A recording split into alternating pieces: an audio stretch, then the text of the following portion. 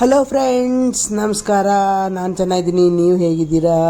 ಈ ದಿನ ನಾನು ಹಬೆ ಉಂಡೆಯನ್ನು ಮಾಡ್ತಾಯಿದ್ದೀನಿ. ಅದು ಹೇಗೆ ಮಾಡಬೇಕು, ಅದಕ್ಕೆ ಏನೇನು ಪದಾರ್ಥ ಹಾಕಬೇಕು ಅಂತ ನೋಡೋಣ. ನೋಡಿ, ಇದು ಮೆತ್ತಗೆ ಬೇಯಿಸಿದ್ರೆ ಎಷ್ಟು ಚೆನ್ನಾಗಿದೆ ಅಲ್ವಾ? ಹಬೆ ಉಂಡೆ ನೋಡಿದ್ರೆ ತಿನ್ನಬೇಕು ಅನ್ನಿಸ್ತಾ ಇದೆ ಅಲ್ವಾ? ಅದು ಹೇಗೆ ಮಾಡಬೇಕು ಅಂತ ನೋಡೋಣ. ಈ ವಿಡಿಯೋನ ನೋಡೋದಕ್ಕಿಂತ ಮುಂಚೆ ನನ್ನ ಚಾನಲ್ನ ಯಾರು ಸಬ್ಸ್ಕ್ರೈಬ್ ಮಾಡ್ಕೊಂಡಿಲ್ವೋ ಅವರು ಸಬ್ಸ್ಕ್ರೈಬ್ ಮಾಡ್ಕೊಳ್ಳಿ. ವೆಲ್ಕಮ್ ಟು ಇಂದುಮತಿ ಕುಕಿಂಗ್ ಚಾನಲ್ಗೆ ಸ್ವಾಗತ, ಸುಸ್ವಾಗತ.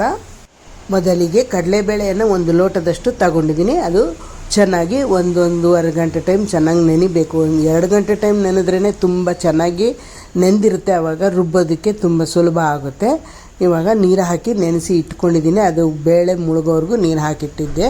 ಇವಾಗ ನೆಂದಿರೋದಾಗಿದೆ. ಇವಾಗ ರುಬ್ಕೊಂಡು ಬಿಡೋಣ. 6 ಹಸಿಮೆಣ್ಸಿನ್ಕಾಯಿ 6 ಹಾಕ್ತಾಯಿದ್ದೀನಿ.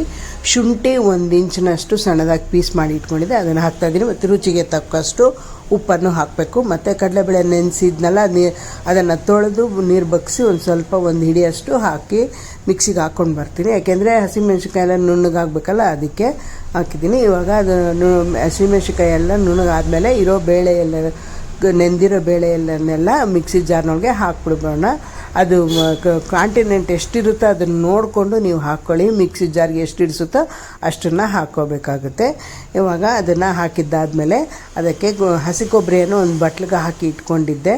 ಅದನ್ನು ಹಾಕಿದ್ದಾದಮೇಲೆ ಅದು ಮಿಕ್ಸಿ ಜಾರ್ಗೆ ಹಾಕಿ ಮಿಕ್ಸಿಗೆ ಹಾಕಿದ್ದಾದಮೇಲೆ ಅದನ್ನು ಕೂಡ ಆ ಬಟ್ಲಿಗೆ ಹಾಕ್ಬಿಡ್ತೀನಿ. ಮತ್ತು ಕೊತ್ತಂಬರಿ ಸೊಪ್ಪು ಸಣ್ಣದಾಗಿ ಹೆಚ್ಚಿ ಇಟ್ಕೊಂಡಿರೋಂಥ ಕೊತ್ತಂಬರಿ ಸೊಪ್ಪು ಮತ್ತು ಪುದೀನ ಸೊಪ್ಪು ಸಣ್ಣದಾಗಿ ಹೆಚ್ಚಿ ಇಟ್ಕೊಂಡಿದ್ದೆ, ಅದನ್ನು ಹಾಕ್ತೀನಿ. ಒಂದು 1/4 ಟೀ ಸ್ಪೂನ್ನಷ್ಟು ಅಡುಗೆ ಸೋಡಾನ ಹಾಕೋಣ. ಅಡುಗೆ ಸೋಡಾ ಹಾಕ್ಬಿಟ್ಟು ನಾವು ಒಲೆ ಮೇಲೆ ಅದನ್ನು ಬೇಯಿಸೋದಕ್ಕೆ ಇಡ್ಲಿ ಕುಕ್ಕರ್ ಇರುತ್ತಲ್ಲ, ಅದರೊಳಗಡೆ ಇಡಬೇಕಾಗುತ್ತೆ. ಅದರೊಳಗೆ ಇಡಬೇಕಾಗಾದರೆ ಒಂದು ತಟ್ಟೆ ತಗೊಂಡು ಅದಕ್ಕೆ ಒಂದು ಸ್ವಲ್ಪ ಎಣ್ಣೆಯನ್ನು ಹಾಕಿ ಸವರ್ ಬಿಡೋಣ ಆ ತಟ್ಟೆನ. ನಂತರ ಈ ಹಿಟ್ಟನ್ನೆಲ್ಲ ಚೆನ್ನಾಗಿ ಕಲಿಸ್ಕೊಂಡು ಬಿಡೋಣ. ಎಲ್ಲ ಸೋಡಾ ಎಲ್ಲ ಹಾಕಿರೋದ್ರಿಂದ ಅದೆಲ್ಲ ಮಿಕ್ಸ್ ಆಗೋವರೆಗೂ ಚೆನ್ನಾಗಿ ಕಲಿಸ್ಕೊಂಡು ಬಿಡೋಣ. ಕಲಿಸ್ಕೊಂಡ್ಬಿಟ್ಟು ಈ ತರಹ ಉಂಡೆಯನ್ನು ಕಟ್ಕೋಬೇಕಾಗುತ್ತೆ. ಒಂದೊಂದಾಗಿ ಸಣ್ಣದಾಗಿ ಉಂಡೆಯನ್ನು ಕಟ್ಕೊಳ್ಳೋಣ. ನೋಡಿ, ಇವಾಗ ಕಟ್ಟಿದ್ದೀನಲ್ಲ, ಆ ಥರ ಸಣ್ಣದಾಗಿ ಉಂಡೆಯನ್ನು ಕಟ್ಕೊಂಡು ಆ ತಟ್ಟೆ ಒಳಗಡೆ ಎಲ್ಲ ಜೋಡಿಸಿ ಇಟ್ಕೊಳ್ಳೋಣ. ಒಂದೊಂದಾಗಿ ಒಂದೇ ಸಮ ಉಂಡೆಯನ್ನು ಕಟ್ಟಿ ಅದರೊಳಗಡೆ ಇಟ್ಕೋಬೇಕಾಗುತ್ತೆ. ಆ ತಟ್ಟೆಗೆ ಎಷ್ಟು ಇಡಿಸುತ್ತೋ ತಟ್ಟೆ ತುಂಬ ಹೀಗೆ ಉಂಡೆಯನ್ನು ಕಟ್ಟಿ ಇಟ್ಕೊಂಡು ಬಿಡೋಣ ಮೊದಲಿಗೆ. ಇವಾಗ ಒಂದೊಂದಾಗಿ ಹಾಕಿದ್ದಾಗಿದೆ. ಇವಾಗ ಈ ತಟ್ಟೆಗೆ ಇಷ್ಟು ಇಡಿಸುತ್ತೋ, ಇನ್ನೂ ಇಡಿಸಿದ್ರೆ ಹಾಕ್ಕೋಬೋದು. ಆದರೆ ಈ ತಟ್ಟೆಗೆ ಇಷ್ಟೇ ಇಡಿಸೋದು, ಅದಕ್ಕೆ ಹಾಕ್ತಾಯಿದ್ದೀನಿ. ನಂತರ ಒಲೆ ಮೇಲೆ ನೋಡಿ, ನಾನು ಇಡ್ಲಿಗೆ ಪಾನ್ ಇಡ್ತಾಯಿದ್ದೆ, ಅದೇ ಪಾನ್ ಇಟ್ಟಿದ್ದೀನಿ. ಇವಾಗ ಅದಿಟ್ಬಿಟ್ಟು ಒಳಗಡೆ ರಿಂಗ್ ಹಾಕಿದ್ದೀನಿ. ಆ ರಿಂಗ್ ಮುಳುಗೋವರೆಗೂ ನೀರು ಹಾಕಿ ಇಟ್ಟಿದ್ದೆ. ಇವಾಗ ಆ ತಟ್ಟೆಯನ್ನು ಹಾಕಿ ಕುಕ್ಕರ್ ಮುಚ್ಚಳನ ಮುಚ್ಚಿಬಿಟ್ಟು ಲೋಟ ಹಾಕಿ ಬೋರ್ಲಾಕಿ ಇಟ್ಟಿದ್ದೀನಿ. ಅದು ಚೆನ್ನಾಗಿ ಬೇಯಬೇಕು. ಇಡ್ಲಿಗೆ ನಾವು ಹೇಗೆ ಹೊಗೆ ಬರೋವರೆಗೂ ಬಿಡ್ತೀವೋ ಅದೇ ತರಹ ಬೇಯಬೇಕಾಗುತ್ತೆ. ಒಂದು 10 ನಿಮಿಷ ಆದರೂ ಬೇಯಬೇಕು. ಬೇಯಿದ್ರೆ ಅದು ಒಳಗಡೆ ಚೆನ್ನಾಗಿರುತ್ತೆ. ಇವಾಗ ಬೆಂದಿದೆ. ಹೇಗೆ ಬೆಂದಿದೆ ಅಂತ ನೋಡೋಣ.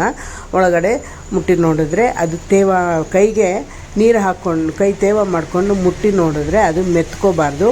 ಹಾಗಿದ್ದರೆ ಅದು ಹಬೆ ಉಂಡೆ ಬೆಂದಿದೆ ಅಂತಂದ್ಬಿಟ್ಟು.